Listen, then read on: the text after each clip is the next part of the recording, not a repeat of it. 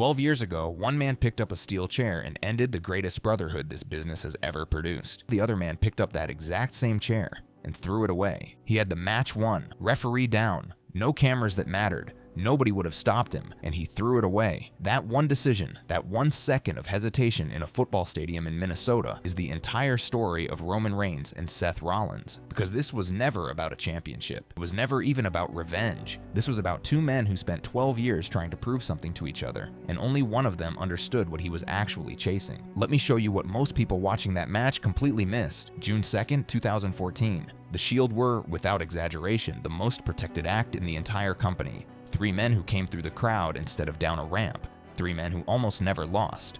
3 men who looked less like performers and more like a problem the company had to solve. And then Seth Rollins picked up a chair and swung it into the back of his own brothers. The crowd noise on that night is worth listening to again, because it is not a cheer and it is not a boo. It is disbelief, genuine stomach-dropping disbelief. Now here's the first thing almost nobody talks about. That chair shot did not just break up a group, it handed out roles. Seth Rollins chose. He walked over, he made a decision, he took an action.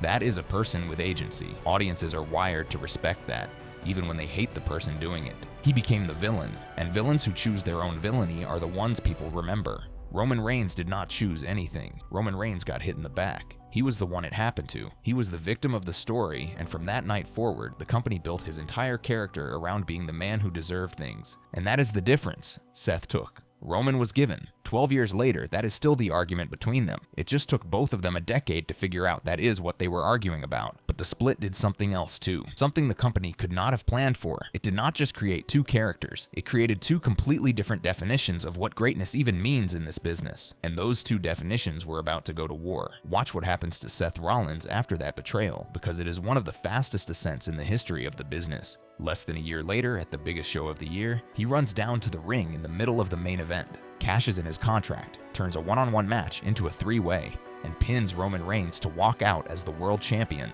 He stole the biggest moment of the biggest night, and the crowd, the same crowd that was supposed to hate him, roared. That is the moment Seth Rollins became the golden boy. He was the guy who earned it in front of you. Now look at Roman.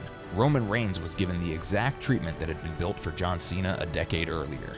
Smiling, positive, safe, standing in the middle of the ring at the end of the show while confetti fell. And the audience rejected him so violently that he was getting booed out of buildings while holding the biggest prize in the industry.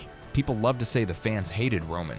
That is not really what happened. The fans hated the character. The character was clean, polite, and completely flavorless, and it was being force-fed to an audience that had already decided they wanted to choose their own hero. That is the psychology nobody explains properly. Audiences do not reject talent. Audiences reject being told what to feel. And in the middle of all this, there was a third man. The third member of that group went his own way, and he did something remarkable. He became the world champion too. All 3 of them, from one faction, all reached the top. That almost never happens. But he was never going to stay. His personality did not fit the machine, and eventually he walked away and went and built something completely different somewhere else. That story deserves its own video, and honestly, it might be the most interesting of the 3. But his exit did something crucial to this story. It left 2 men, 1 company, and 1 question that would take 12 years to get an honest answer. Here is something people in the business understand that casual viewers do not. Roman Reigns against Seth Rollins was a resource, a savings account. Whenever the shows went cold, whenever a main event fell apart, the company reached for this match. Every single time. And every single time it delivered. Why? Because the story was already loaded. You do not have to explain anything. You do not need a promo. You do not need a video package. You do not need 6 weeks of build. Put those 2 men in a ring, and the audience already knows exactly what they are watching. That is the rarest thing in this entire industry. A match that never needs an introduction. Let me walk you through what actually happened between them, because the pattern is genuinely strange. At Money in the Bank 2016, they wrestled one-on-one for the top championship in the company. Seth Rollins won. He beat Roman Reigns clean and took the title, although he did not hold it very long because on that same night, the 3rd member of their old group came running down and cashed in and took it right off him. At the Royal Rumble 2022, they went at it again. Roman kept the championship, but he did not win the match. Seth Rollins won by disqualification. Roman walked out with the belt and walked out having lost. At WrestleMania 41, in a 3-way main event with 1 other legend involved, Seth Rollins won again. Do you see the pattern forming? Roman Reigns became the biggest star in the industry. He held the top prize longer than anyone in modern memory. He main evented everything. He beat everyone. And going into this summer, he had never, not once, in 12 years, beaten Seth Rollins on his own, one-on-one, on a major show. Not once, 12 years, and the one man he could not solve was the one man he used to stand shoulder to shoulder with. And the reason for that has almost nothing to do with wrestling. Let me say something that some people are not going to like. Seth Rollins is, on a pure technical level, one of the greatest in-ring performers who has ever lived. He moves like nobody else in the company. His timing is close to perfect. He has an arsenal so deep that in a 30-minute match he can go 20 minutes without repeating himself. There are nights where he does things in that ring that would make some of the all-time legends of the 80s and 90s sit up in their chair. He is that good, and it was still not enough, because Roman Reigns has something Seth Rollins does not, and it is something you cannot train for, cannot learn, and cannot fake: presence. When Roman Reigns walks into an arena, the temperature changes.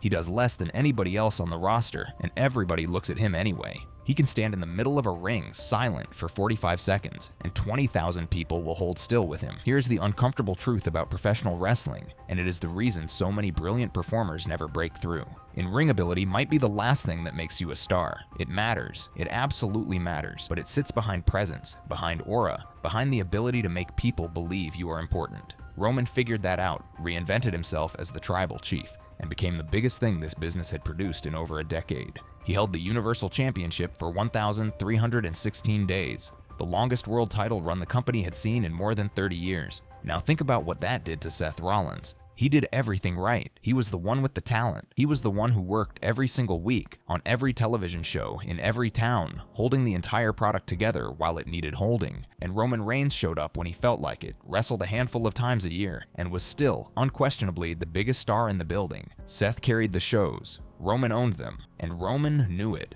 That is the part that made this feud so sharp. Roman brought it up constantly. He would look at Seth Rollins and remind him, publicly, that no matter how good he was, no matter how many nights he gave this company, he was still number 2. But here's the twist that reframes this entire rivalry. Roman Reigns needed Seth Rollins far more than Seth Rollins ever needed Roman Reigns, because Roman had beaten everybody, every legend, every monster, every new star. There was only one name left on the list, one unbeaten opponent, one asterisk on an otherwise perfect career. And as long as that asterisk existed, Roman Reigns was not the greatest of his generation. He was just the most famous. So let us talk about this year. 2026 had already been Roman's year. He won the Royal Rumble. He beat the veteran who had spent years telling everyone he was the better man. He walked into the summer as the World Heavyweight Champion with nothing left to prove, except one thing: Seth Rollins came for him.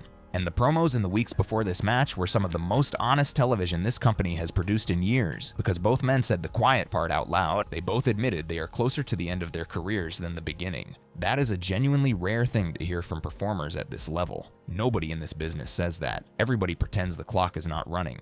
Roman accepted the match, and he said something that tells you exactly what was really going on. He said he needed to beat Seth Rollins. Not wanted, needed, and he wanted to do it in front of his family, because this was never about the championship. He already had the championship. This was about a chair shot from 2014 that he had never been able to put down, and Seth Rollins knew that, which is why what he did next was so cruel and so brilliant. August 2nd, 2026, a packed football stadium in Minneapolis, Minnesota, and the mind game started before the bell. The company teased that Seth Rollins was going to walk out in his old gear as the man he used to be. The lights, the setup, the whole presentation pointed at it. Then his own music hit instead. But he was carrying something: the mask, the old black mask from the Shield days, the one their third brother used to wear. He carried it to the ring, held it up, and looked directly at Roman Reigns. That is a psychological attack, and it worked, because Roman Reigns walked into that match confident on the outside, and underneath it, he knew the truth. In 12 years, he had never solved this man.